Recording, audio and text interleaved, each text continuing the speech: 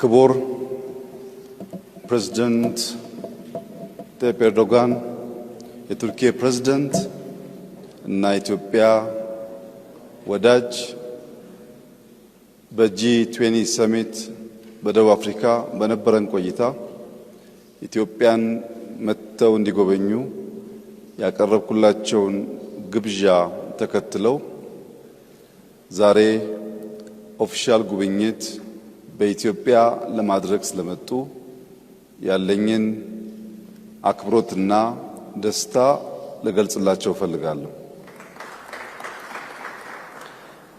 ክቡር ፕሬዝዳንት እንዲሁም ከሳቸው ጋር የመጡ የዴሌጌሽን አባላት ወደዚች ጥንታዊት የሰው ልጅ መገኛ የኮፊ አረቢካ መገኛ በአፍሪካ ብቸኛው በቅኝ ግዛት ያልተገዛች ሀገር ከፍተኛ ክብር እና ኩራት ያላት የማደግ ተስፋ ያላት ከሁሉ በላይ ደግሞ የአፍሪካ የፖለቲካል ካፒታል ወደሆነችው አዲስ አበባ እንኳን በሰላም መጣችሁ። ቆይታችሁ ያማረ የሰመረ እንደሚሆን ተስፋዬ የላቀ ነው።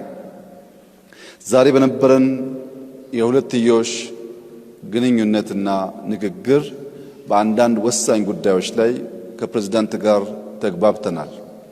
አንደኛው በኢትዮጵያና በቱርክ መካከል የሚደረገው የንግድ ልውውጥ ቢያንስ $1 ቢሊዮን መሙላት እንችልና ከዚያም በላይ ማደግ እንዲችል በሁለቱም መንግስታት ታቅዶ እንዲሰራበት እንዲሁም የቢዝነስ ሴክተሮች ዳይቨርሲፋይ እንዲደረጉና በሁለታችን መካከል ያለው የንግድ ልውውጥ እንዲያድግ ከስምምነት ተደርሷል።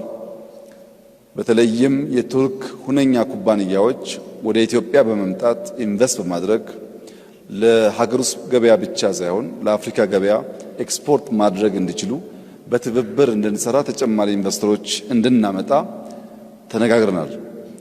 ከዚህ በተጨማሪ ኢትዮጵያ በዓለም ላይ ፈጣን እድገት እያመጡ ካሉ ጥቂት ሀገራት መካከል አንዷ ስትሆን በዚህ ዓመት የ10.2% እድገት ትጠብቃለች። የዚህ እድገት ቀጣይነት መረጋገጥ የሚችለው ከ130 ሚሊዮን ሕዝብ በላይ ያላት ሀገር የሲ አክሰስ ተከልክላ በዓለም ላይ ካለው ልምምድና ትሬንድ ውጪ በጠላቶቻችን ደባ ለረጅም ጊዜ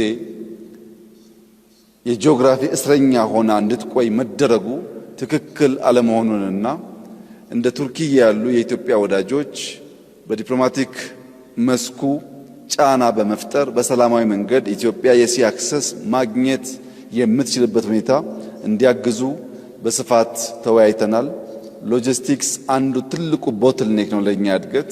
ከዚያ ደግሞ የሲ አክሰስ ቁልፉን ነገር የሚይዝ ሲሆን ፕሬዝዳንት ኤርዶጋን ከዚህ አንጻር የበኩላቸው ሚና እንዲጫወቱ ጠንከር ያለ ውይይት አድርገናል። ለዚህም ምስጋና እናቀርባለን።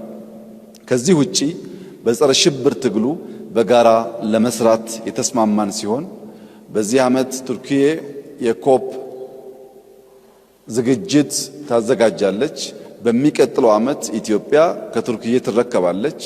በዚህ 2 ዓመታት በሚደረገው የኮፕ ዝግጅት ውስጥ የልምድ ልውውጥ እና መደጋገፍ እንዲኖር ተስማምተናል።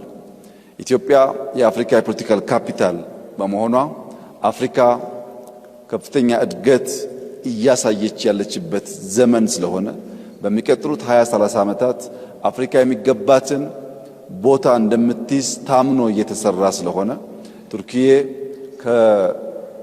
ከአውሮፓ አንጻር እና በኤዥያ መካከል ባላት ጉልህ የጂኦግራፊና የኢኮኖሚ ሚና የአፍሪካ እድገት ውስጥ የበኩሏን ሚና እንድትጫወት ብዙ ውይይት አድርገናል፣ ተግባብተናል።